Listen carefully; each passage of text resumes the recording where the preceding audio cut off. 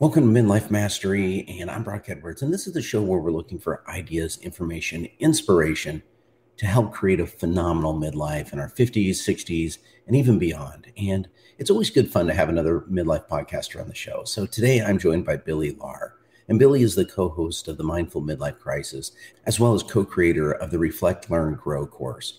And we cover a lot of ground in this show as Billy talks a lot about his journey through midlife. And as he mentioned, kind of the mindfulness of midlife and how creating that mindfulness practice changed and maybe even saved his life. We talk about mental health, the danger of isolation, and suicide rates of midlife men. We also talk about relationships, including his secret for meeting people. And I thought it was such a great idea. I'd never really thought of that approach before. And it's simple, easy to do, and any of us can do it. And he also talks about how setting boundaries really made a difference in his life. Also, talk a bit about making a significant career change where he had a career for a decade or two and left that behind for something new. And we also just cover a little bit about his bucket list item of paddleboarding off of every coast. And so I'm always interested in talking to people who are up to big things, and especially big things that maybe we don't normally think about. And so anyway, I thought that was a great bucket list item. So give it a listen. And of course, always appreciate it when you leave reviews, whether it's on your podcast app, or you can also go to www.lovethepodcast.com/midlife mastery. Lovethepodcast.com/midlife mastery to leave a review. Let me know what you're really enjoying about the show so we can do more of that. And also, leaving those reviews helps others learn about the show so more people can create a phenomenal midlife. Anyway, let's get started.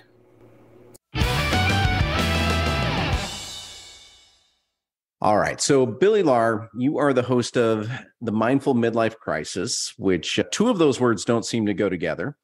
And I'm excited to have you on the show today. So, because midlife is there's such a great opportunity for reinvention in midlife, and we don't always take advantage of it. Sometimes it's thrust upon us, and sometimes we just kind of get stuck in our grooves and our ruts and miss that we could be doing something different. We could be refocusing. And so we've got a lot to cover today. I guess my first question for you is, kind of for you, what prompted those changes to start developing a class to help people, to create a podcast, Yeah, I'll take it back a few years here. So I guess I experienced my crisis a little bit sooner than most. It was around 2013. I was really struggling with my mental health, and I ended up going to therapy. And one of the tools that my therapist shared with me was mindfulness. And it really a testament to the power of cultivating a mindfulness practice, because I was really struggling with anxiety and depression and suicidal ideation during that time period. And mindfulness, I say it all the time, not only changed my life, but most likely saved it as well. And so as I cultivated and as I built up my mindfulness practice, I wanted to share that with other people, because I knew that if it had such a powerful impact on my life, that if I could spread this word out to others, that it would have a powerful impact on their life as well.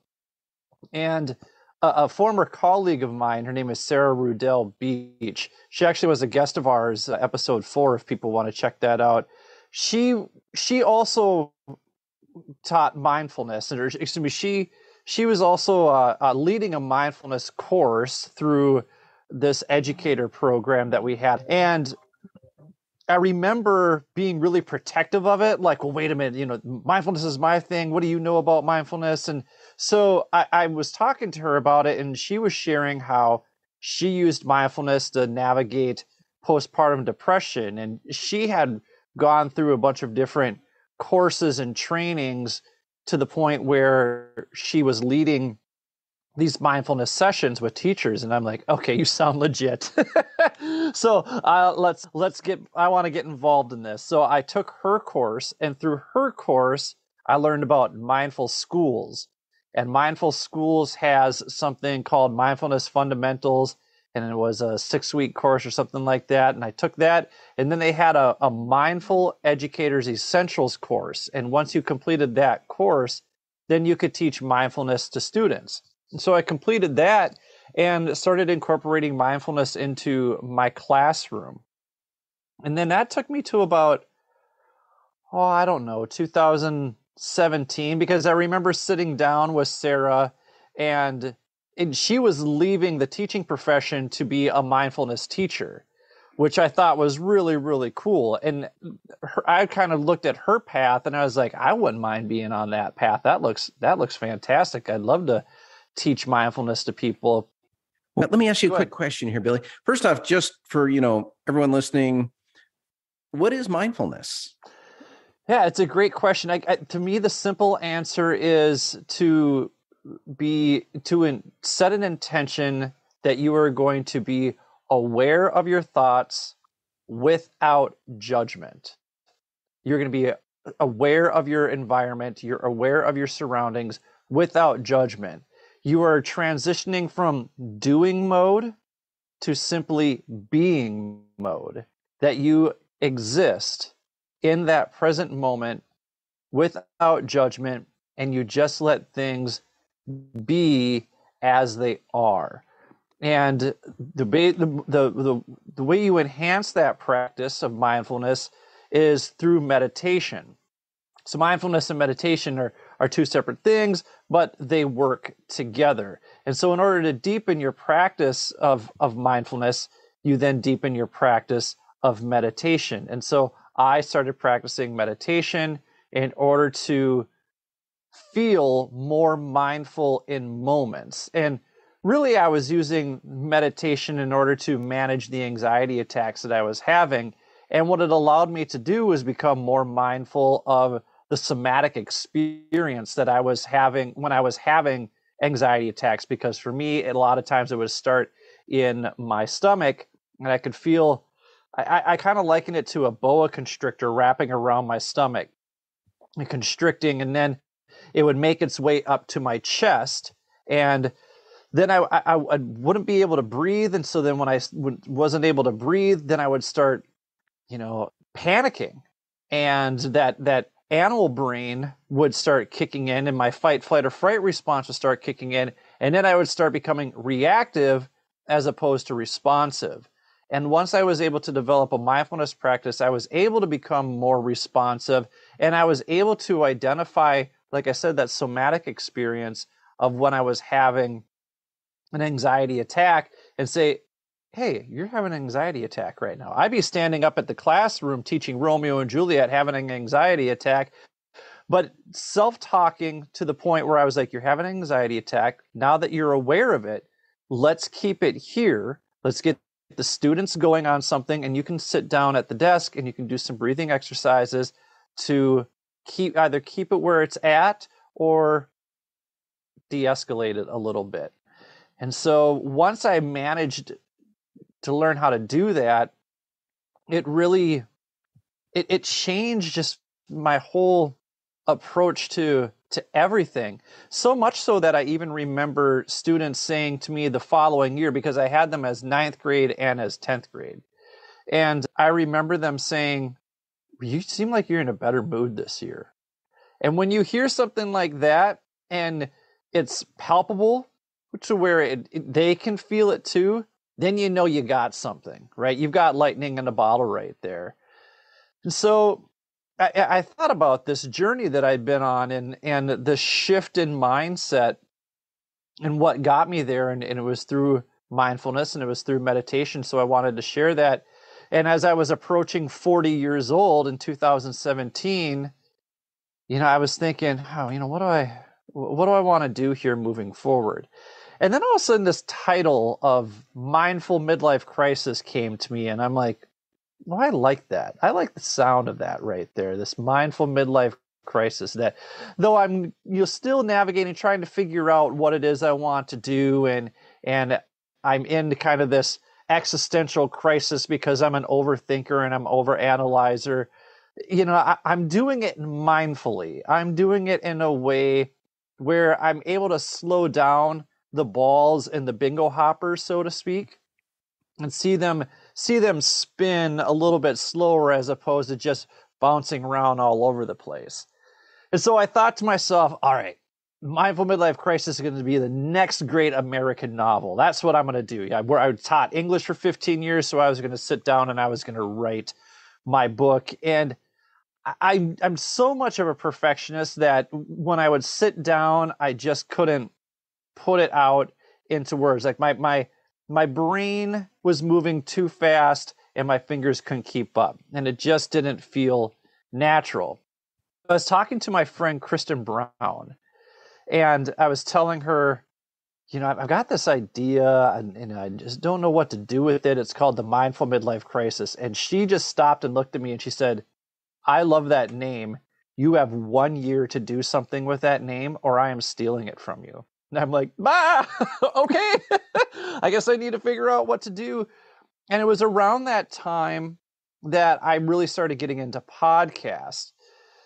And I thought, I kind of got this gift of gab. I certainly am no stranger to a microphone. I love karaoke. I like entertaining people. I like teaching. I like being in front of an audience. So maybe I can come up with some sort of, podcast platform and talk about mindfulness and talk about navigating the second half of life. And I didn't feel comfortable doing that by myself. I didn't have the equipment to do it by myself. Now, we know that it's really easy to start a podcast, but I thought you needed to have a studio and a big microphone, a big fancy microphone and all that kind of stuff. So I reached out to my friend Brian. We call him Brian on the bass because he plays bass in every band in the Twin Cities area in Minnesota. He has all this high-end equipment.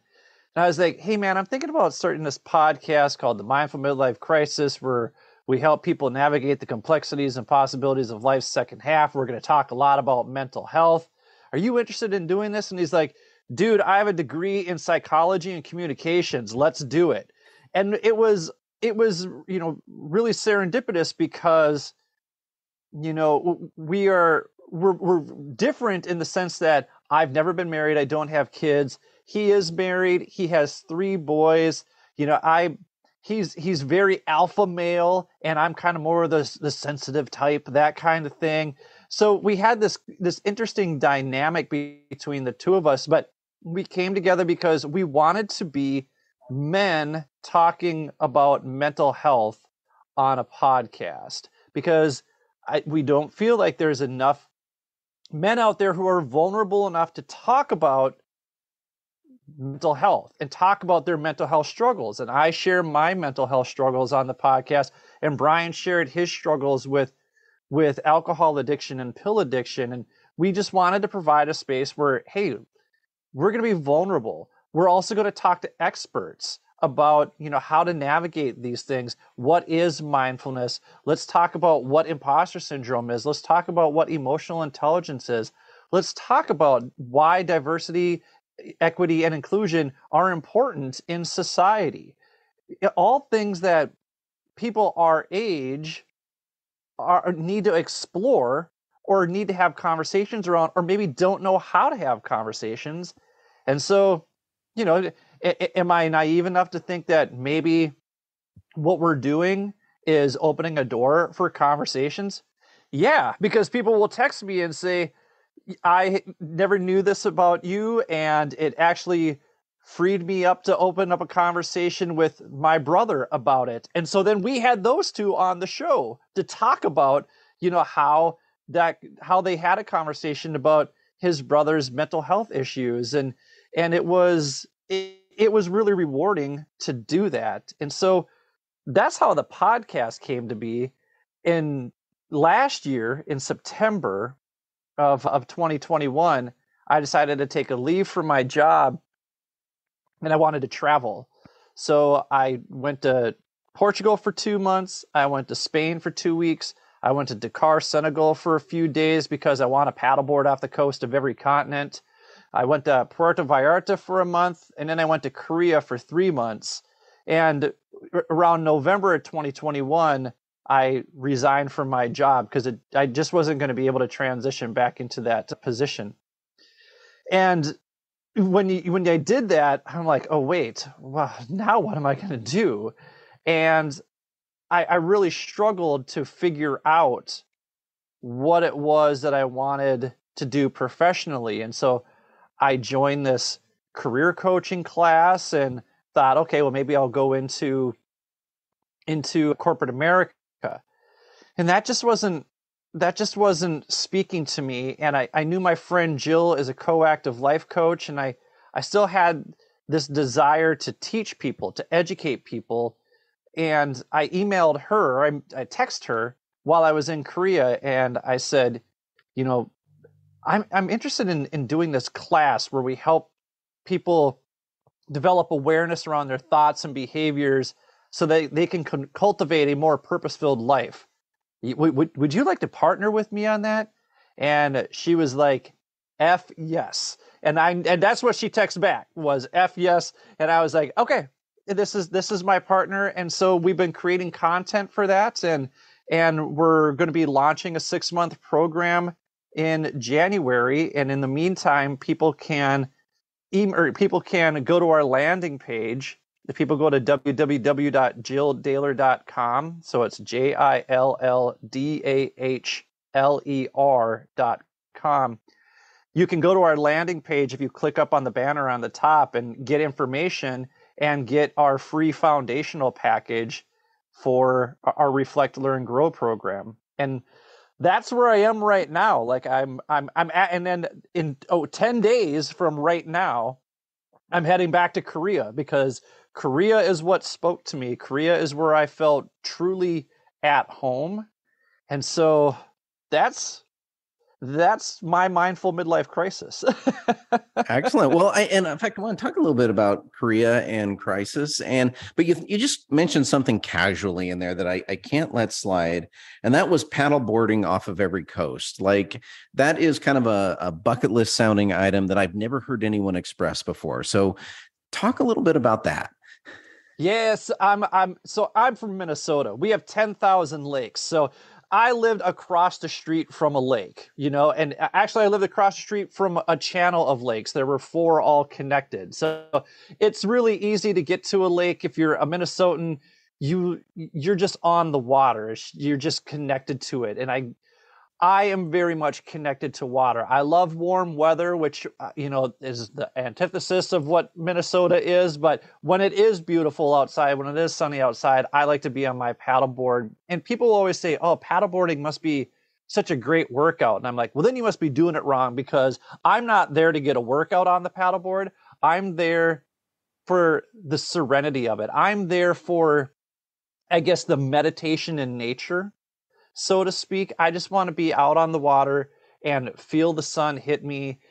That's what I really enjoy about it. And there's something to being out in the open water and looking around and being in the ocean and like, oh wow, like I'm really out there. There's nothing for thousands of miles here. It's just kind of a wild experience to feel that. And my first goal was actually the paddleboard in every Great Lake. And so I've done that now. I've paddleboarded in every Great Lake, and now I want to paddleboard off the coast of every continent. So I've got 4 down, I've got 3 to go. But yeah, I'm very much a bucket list traveler. I have seen every Major League Baseball stadium. I actually was just in St. Louis last weekend, and I caught my 50th Pearl Jam show. So I like to cross things off my bucket list and have those kinds of experiences. Well, very cool. And now I've never paddleboarded. I've got to think though that paddleboarding on a lake across the street from your house might be slightly different than, say, paddleboarding off the Oregon coast. Yes, the power of the ocean is rather humbling. It is terrifying how the power of the ocean, especially when I was paddleboarding at the coast of Dakar. It was I got knocked off. I never get knocked off my board ever. Off the coast of Africa, I got knocked off my board a couple times, and I was like, oh, and but yeah, I was fine, but yeah, man, it was wild. It's an exhilarating experience to to be out there. I paddleboarded off the coast of Florida one time in the Atlantic Ocean, and I asked the guy, how far can I go out? And he said, well, you just need to stay in between the two lifeguard stations, but then you can go out as far as you want. And I'm like, okay. So I went out quite a ways, and when I came back in, he said, yeah, if you go out, I don't want you to go back that far. If the wind would have turned, you would be on your way to Bermuda right now. I'm like, well, you should have challenged me. Yeah, I suspect there's a little difference between a tourist showing up and, hey, why don't you try this paddleboarding thing, and someone who's really serious about it. Right. Because I would have went to Bermuda if he would have let me. So, well, back to so Korea, and you'd mentioned that it was a place that really spoke to you, and I know from previous conversations, that was really kind of a transitional place for you. And so can you tell us a little bit about that, and just, kind of for you, what was that transformation, and was it about Korea in particular, or just like that happened to be where you were when everything hit? No, that's a great question. So if people want to go and listen to our summer session, episode 6, I talked to my friend Iggy Lee. And the reason why I chose Iggy is because he was the organizer of this meetup group called Soul Walkers. And when I first got to Seoul, it was isolating because I got there at around mid-April, and they had just opened up the country to tourists. So I was one of the first tourists there. And when I had been in Portugal and, Mexico, what I would do is I would listen for people who spoke English, and then I would insert myself into their space, and then I would talk to them because that's how I made connections. That's how I socialize. I'm a very social person. In Korea, it was different. It was a little more sterile.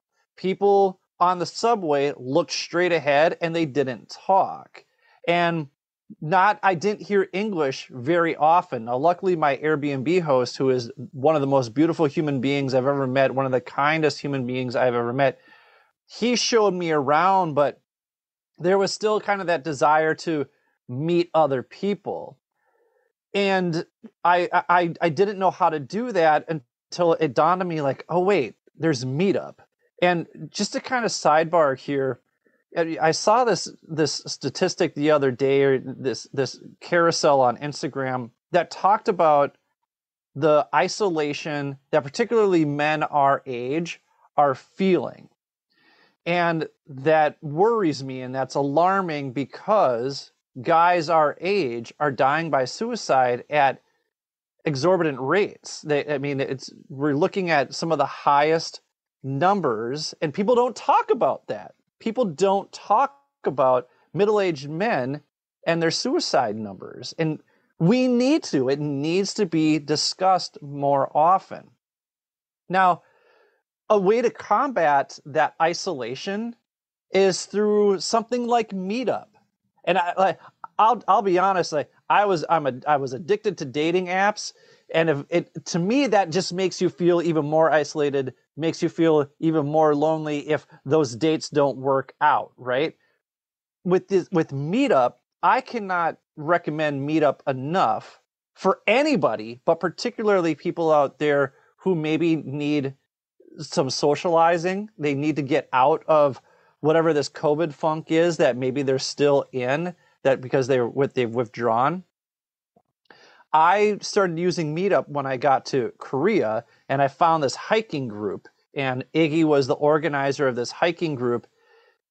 The first day that I met Iggy and the people of that hiking group, that is a top 10 day in my life.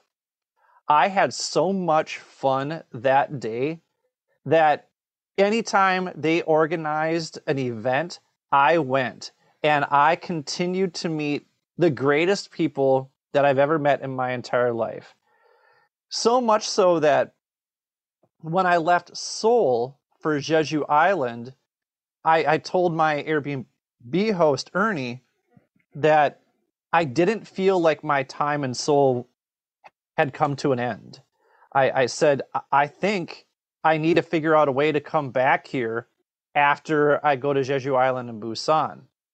So I figured out I was able to change my flight. I was able to book another stay with Ernie, and I stayed an extra month. I was supposed to leave May 31st. I didn't end up leaving until July 5th. I just loved being around those people and that energy that much that I went back for an extra month. And though I felt whole at that time, I want to continue being surrounded by that energy. I have never felt so valued in my life when I walk into an event that's being led by Iggy and the people from Soul Walkers. People are excited to see me. And listen, I was the dean of students at the largest high school in Minnesota for 6 years. When you're the dean of students, you're always the bad guy. They make movies about the dean of students, okay? So to have that and feel that from a large group of people, and for them to say, I can't wait to see you when you get back, the excitement that the friends that I made have for me to go back there, why would I not? I mean, I cannot wait to be surrounded by that energy again. One of the things you mentioned there, Billy, is the idea of isolation. And, I find that I see that as well. It seems like we hit middle age, and oftentimes our friends are either just people we work with. So it's a casual thing. It's not like you're hanging out with them. You just see them a lot. Or I don't know. It seems to be, holdovers from high school and college that you're still connected with, but really deep, good friends, that it just seems like that's much harder to pick up in midlife. And I can't speak to women's experience, but just looking at men's experience, I would definitely echo that. And so anyway, just cool to hear about. It never occurred to me to use like Meetup as a way of countering that. And so I really like that thought. But you had also talked about, Korea was really kind of a transitional place for you in just getting clear on what you wanted to do. Because you had mentioned, like, yes, you were dean of students and all of that, and now you're not, like you left that behind. And sometimes that's an easy decision. And sometimes, in midlife, even if we're not having a fun time every day, we're in our habits, we're in our patterns, we're invested in that career. And so for you, what was that decision like to walk away from administration in public schools? It was a needed transition for me. It was, like I said, I wasn't going to be able to transition back into that position. And, I was experiencing burnout, and it was the right time to go. It was just the right time to go. And though there was a grieving period after that, and there was now what do I do? What am I good at? How do I support myself? It was just the right time to do it, and it was the right thing to do for me, because I had nothing left to give that position. Well, that makes it sound like a fairly straightforward choice then. I mean, even if that took a while to get to. So I don't know. I guess I'm just kind of thinking about, because, mindful midlife crisis, like I say, the mindful crisis don't seem to go together, and that transition. So I guess is, through your own journey and through talking to others, what are some of the keys that you have found to, I don't know, kind of navigating through this midlife thing and, not completely losing your sanity, actually coming out of it better than you went into it? Yeah, that's a really good question. I am not a fan of this idea that we sell, particularly young people, of follow your dreams, follow your passion. I think that is incredibly terrible advice that we give young people, especially if we're trying to encourage them to follow their passion when it comes to their profession. No, That's not your job. Your job is to figure out what you are good at and then figure out a way to monetize that. And most likely that's going to be in some job. Now, your passion might not necessarily be something that makes a lot of money. For me right now, my passion is podcasting. I pay to podcast. Like, the way that you know that you're passionate about podcasting is if you'll do it for free, or if you're passionate about something is if you'll do it for free, or you'll pay to do it, or you'll do it on a weekend, that kind of thing, right? When we tell people that you should follow your passions, what we're not telling them is that, okay, but then you also have to be passionate about a lot of these other little things that you may not have taken into account before, if your plan is to make a living off of it, if your plan is to monetize it. What we should be saying is figure out what you're good at, find a job where you can, build those skills, and then transfer that skill set to your passion. And then if you figure out a way to monetize that passion, then go for it. I don't want to go back into education, but I also understand that I might have to go back into education if I want to pay the bills. But I also figured out that I really enjoy helping other people. And I think the biggest awakening for me was when I was in Korea. Someone told me that they said talking to you stresses me out. And that was a real eye-opening statement for me, because I'm pretty intense. I practice mindfulness so that I can be this level of intensity and this level of obnoxious, because if I didn't, I would be off the charts. I'd just be, out of control. So I practice mindfulness so that I can be this level of intensity, this level of obnoxious, and that was still too much for this person. And I was really, I was attracted to this person. I was really connected to this person. So that hit me hard. That really affected me.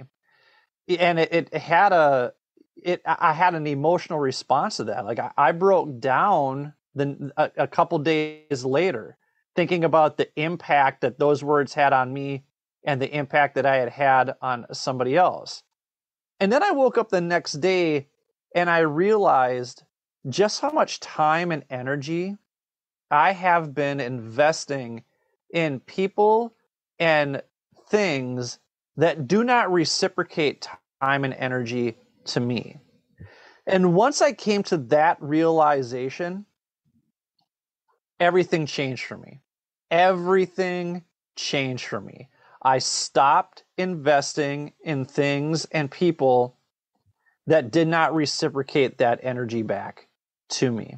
And ever since I've done that, it has been a huge weight off of my shoulders. Now I have to practice. I have to remind myself, because my default is to be persistent. And another awakening that I had is that I'm a people pleaser. I would have never thought I was a people pleaser. If you ask anybody I work with, they will tell you he's not a people pleaser. But in my personal life, I'm a people pleaser, and I needed to work on that. And I'm still working on that. But coming to that awareness that I needed to stop putting in so much time and energy into people and things that were not reciprocating that has been revolutionary in my life. Absolutely revolutionary.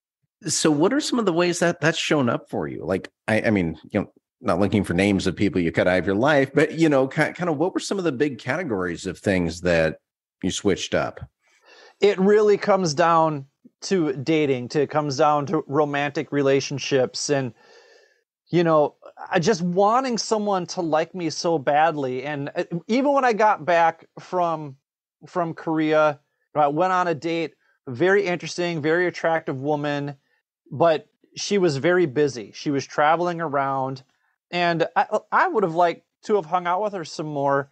But, you know, when you send a text and you don't hear back, my default, because I have an anxious attachment style, my default would have been, oh my gosh, why doesn't she like me? What did I do? Did I say something wrong? You know, I better check. I'll send another message. And, oh, she didn't respond to that. Maybe she's, so then I'd send another.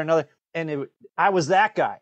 Like if anybody has seen 500 Days of Summer, I was Tom. I mean, it's pathetic. And I'm ashamed at these past behaviors. But in this new situation, and this new awareness, when I didn't get those messages back, I was like, oh, maybe she's not interested. And then I was okay with it. And that took a lot of work. But when you start to recognize, when you take, they call it the spotlight effect, right? And so what I'm doing and what I'm saying has more of an impact than what it really has. And so when I stepped out of the spotlight and thought to myself, hey, you don't have to be this center of attention all the time, and you don't have to be seeking attention all the time, especially from people who aren't going to give you attention. That's okay. Like, even if you really, really like them, if they're not reciprocating it, stop seeking it out. And it has helped me navigate a couple different situations here. I had a PR person reach out to me recently, and we were going back and forth because he was trying to book his guest, and he was making some what I would call unreasonable requests. And I just finally, the people pleaser in me would have bent over backwards and say, yeah, sure, let's do that. And I maintained my boundaries, and I said, this is when I'm available. So you guys need to schedule within that time frame, because I'm giving you a lot of options right here. And you're telling me when to set my schedule, and you're telling me how to do the interviews and the intro calls for my show. And in the past, I would have been, yeah, no problem.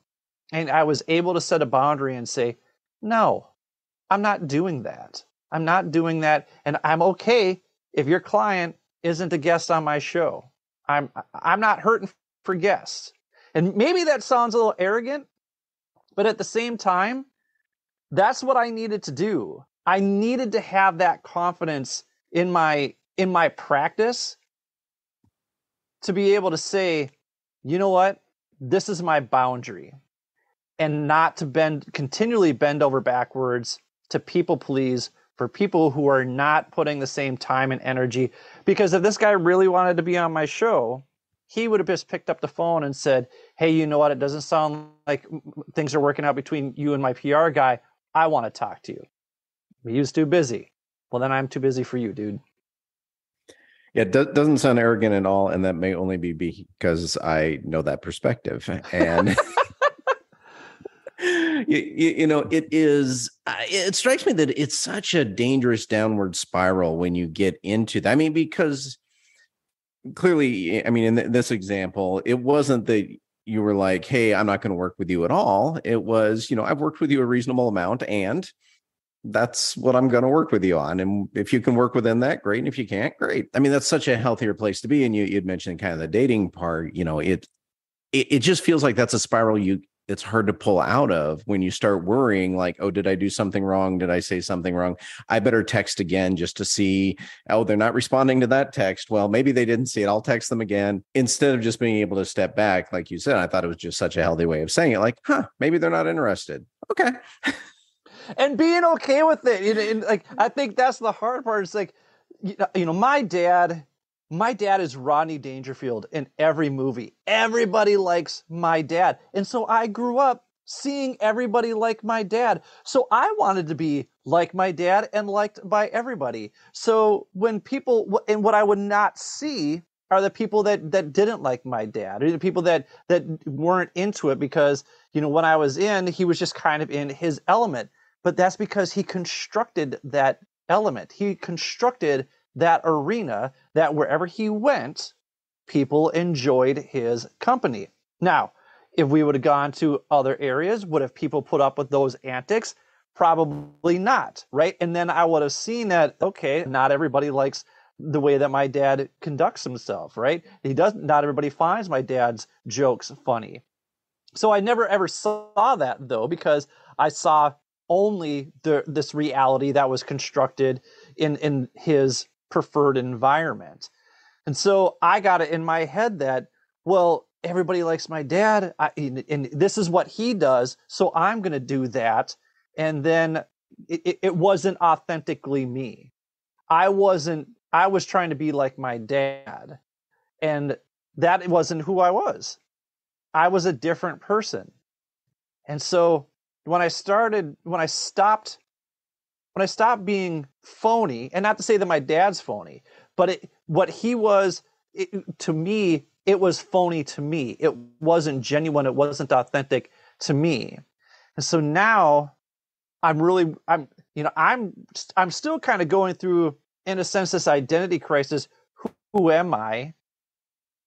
But I'm figuring that out more and more and more. And I've been able to do that through reflection. And as I continue to reflect on these things, this new awareness that, oh, you tried to be so much like your dad. That's why you struggled with these relationships, because you weren't being authentically you. Now I'm learning to be more like me. And as I learn to be more like me, then I figure out what I'm good at. And as I figure out what I'm good at, then I grow. And so that's this idea of reflecting, learning, and growing.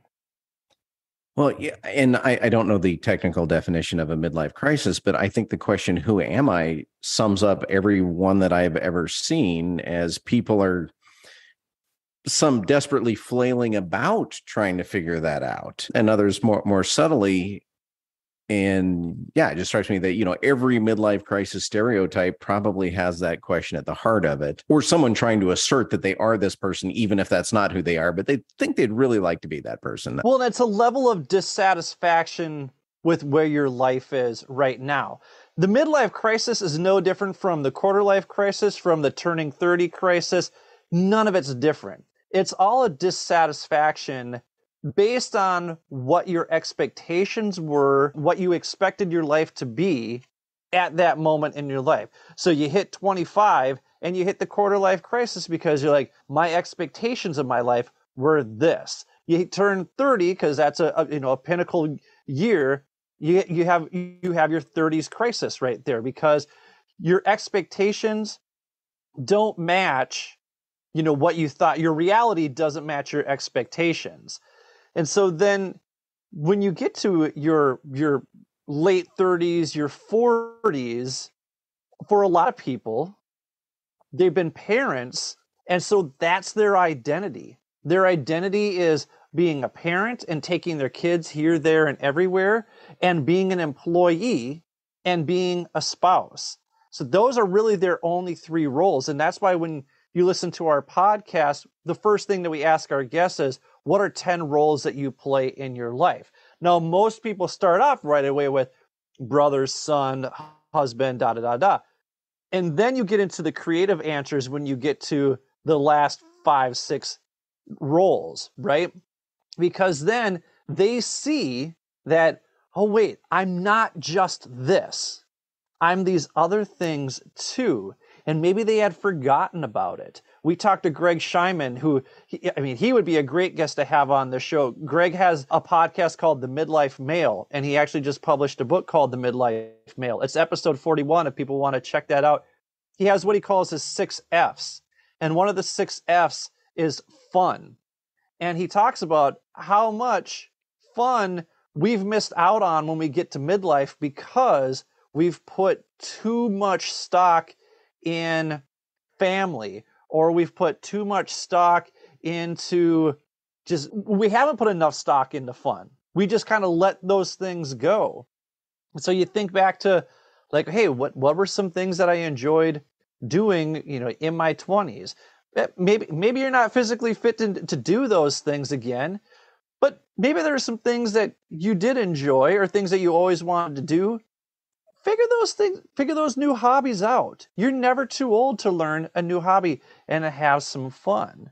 So I think that those things combat this idea of the midlife crisis, because by the time we get to late 30s to 40s, we've become so much involved in the machine that is our life, that is the routine. And I'm big on routines. I love routines, but you need flexibility in those routines, and you need to not lose sight of the things that bring you happiness and joy.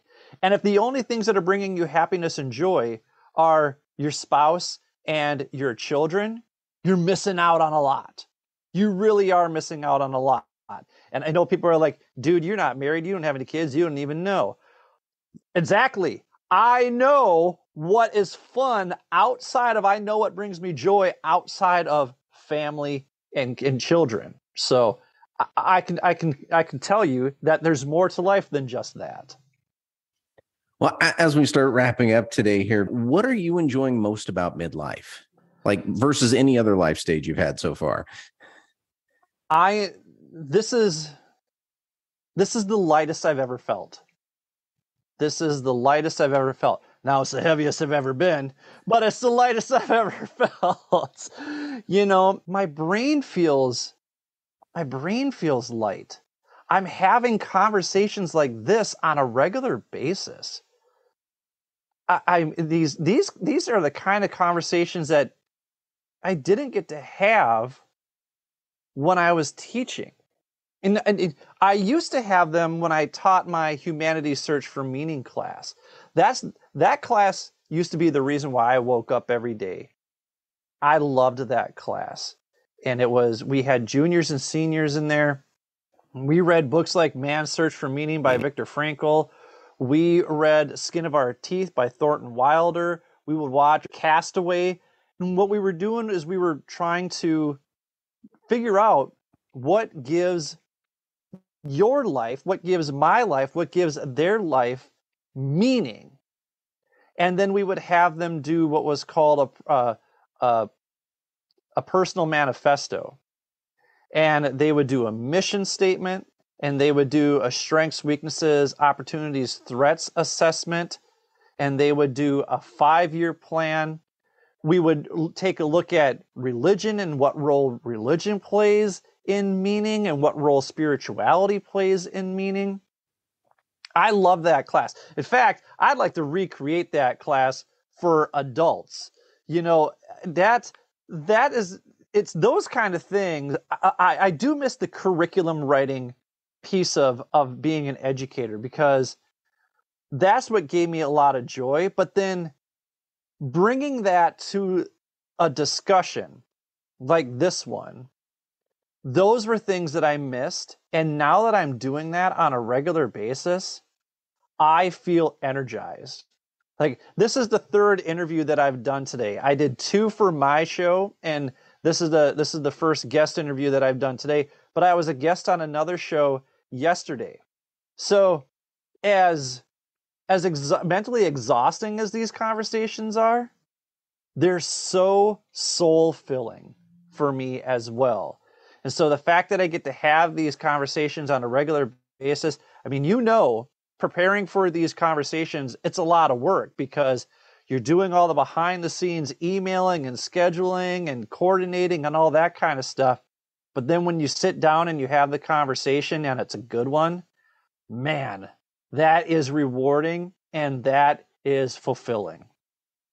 Yeah, total agreement. And it's one of those things that you just don't often get in any other segment of life. It's like had to go create this situation where you get to talk to amazing people and have good conversations. Yeah. So all right, you've already mentioned a couple places people can find you, Billy, through Jill Dollar's website and your own podcast, Mindful Midlife Crisis. Anywhere else people can track you down?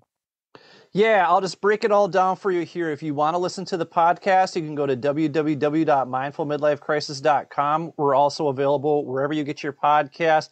Give us a 5-star review wherever you can. Apple Podcasts, go to Spotify. We're on there. I think Castbox or Podcast Addict are pretty popular for our show too, because we have quite a bit of international listeners because, when I was traveling, I made sure that I connected with people from all around the world just to kind of spread the word. I'm always on Instagram. People can follow me at mindful_midlife_crisis. We are on Twitter, not a lot, but we are on Twitter at Mindful Midlife. We have a Facebook page that we use, the Mindful Midlife Crisis podcast. You can like and follow us there as well. I'm on LinkedIn. I'd love to hear you. I'd love to connect from you on LinkedIn. It's Billy Lahr, Lahr. You can find me on there. If you're interested in the Reflect, Learn, Grow program, go to www.jilldaler.com. It's www.jilldaher.com, and you can get information from there. Or you can email me at mindfulmidlifecrisis@gmail.com. We can correspond. I can send you the landing page directly. I'd love to hear from you. I hope something resonated from this episode right here. And if it did, please let me know, and for sure let Brock know, because I'm a big words of affirmation guy, and I love when listeners send messages to me and say, I really liked this guest, because then it lets me know that I did a good job of picking guests. So if you thought I was a mildly entertaining or informative guest, you can let me know, but for sure let Brock know, because those are great. It's his show.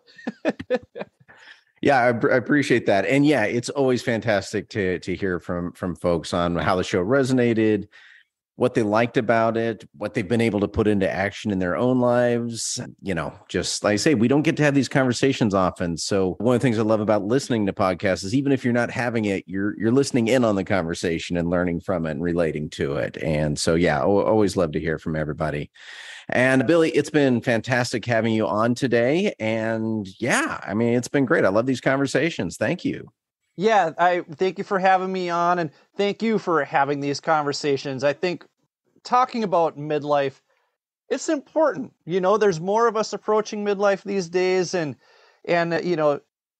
as together as some of us think we are, we could always use a little extra help. And it's also important to know that you're not alone out there. Like, we're all going through something, and the more of these conversations that you have and that I have and that your listeners hear, the more you recognize that, I'm not alone. And maybe it encourages people to either A, be a little bit more empathetic, or B, be a little bit more vulnerable. And you know what? There's nothing wrong with that.